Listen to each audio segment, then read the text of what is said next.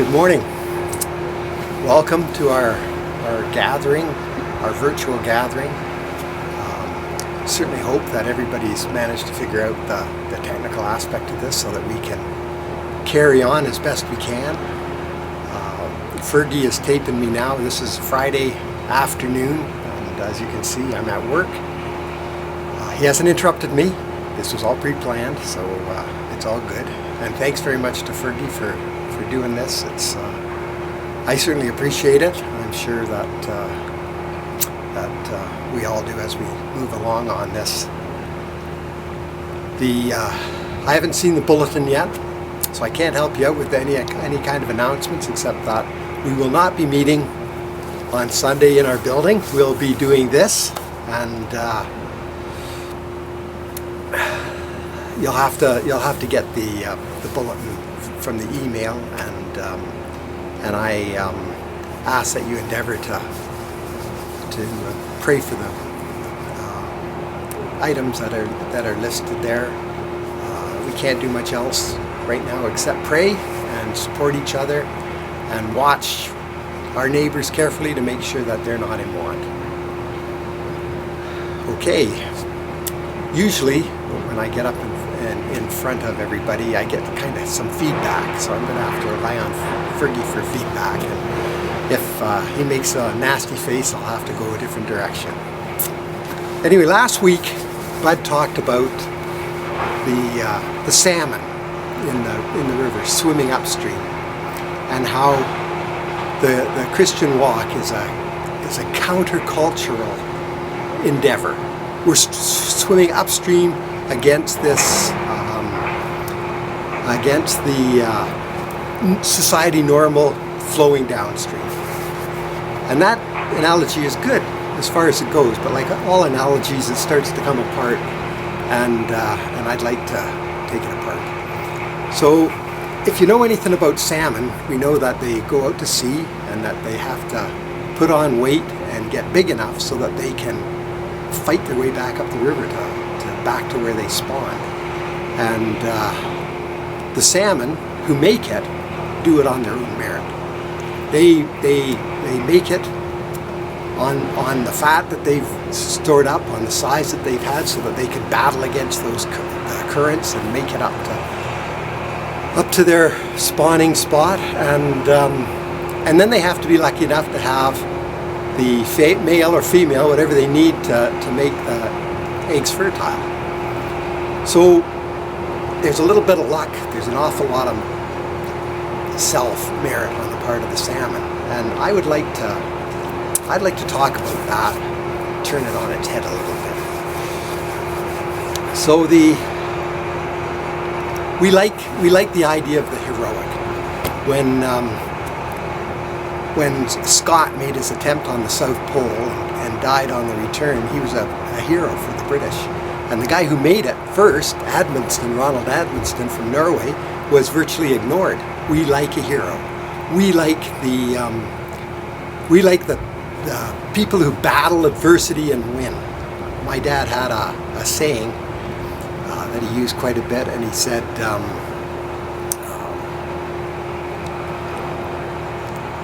I'm forgetting the saying. He would say, he always landed on his feet. That person always landed on his feet, as if to say that they didn't do it on their own. Something wonderful occurred, and they didn't have to battle. They didn't have to sweat to make it where they're at.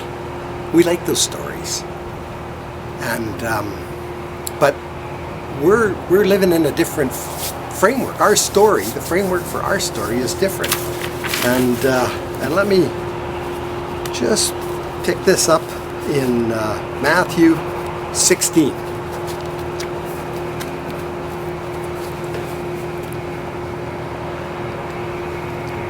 From that time onwards, Jesus began to explain to his disciples that he would have to go to Jerusalem and endure much suffering from the elders, chief priests, and scribes, and finally be killed and be raised to life again on the third day. Then Peter took him to one side and started to remonstrate with him over this.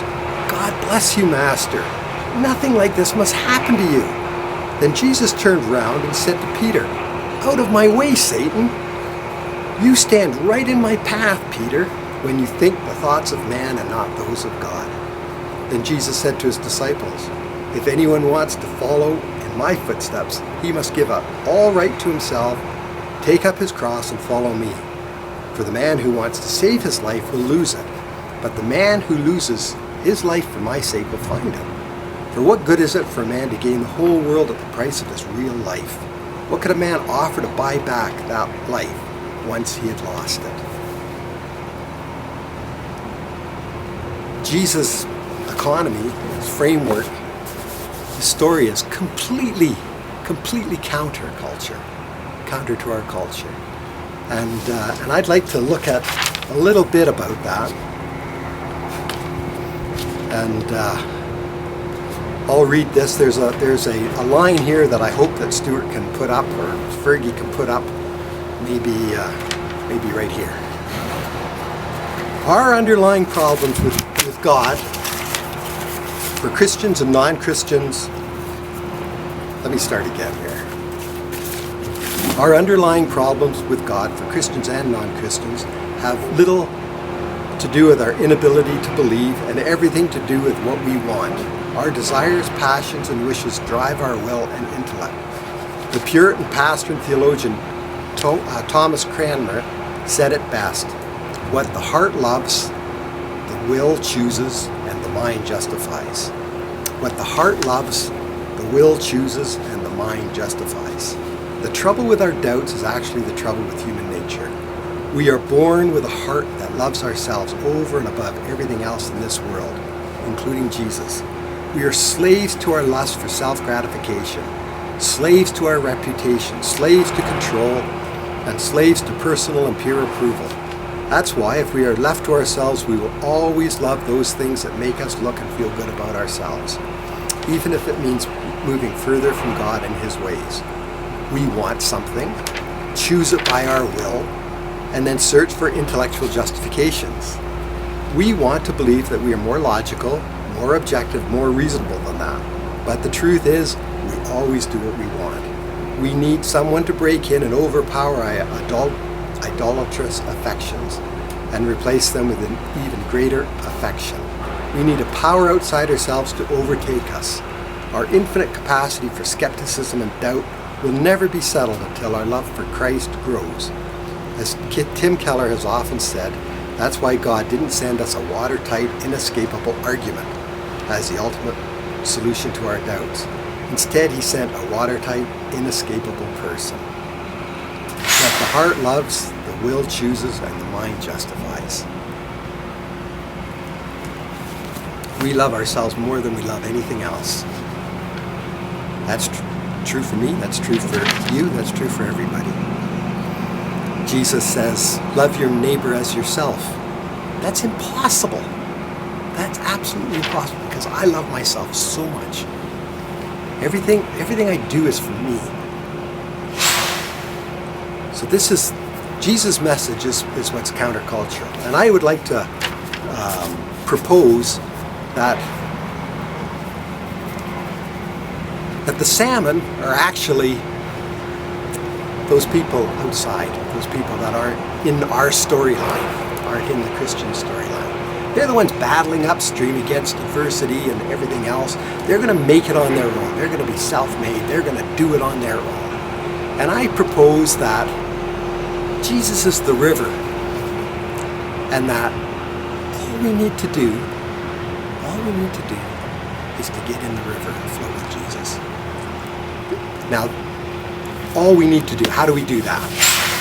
Well, Jesus says, right here in what I read, he said, if anyone wants to follow in my footsteps, and I'm proposing to jump in the river, he must give up all right to himself, take up his cross, and follow me.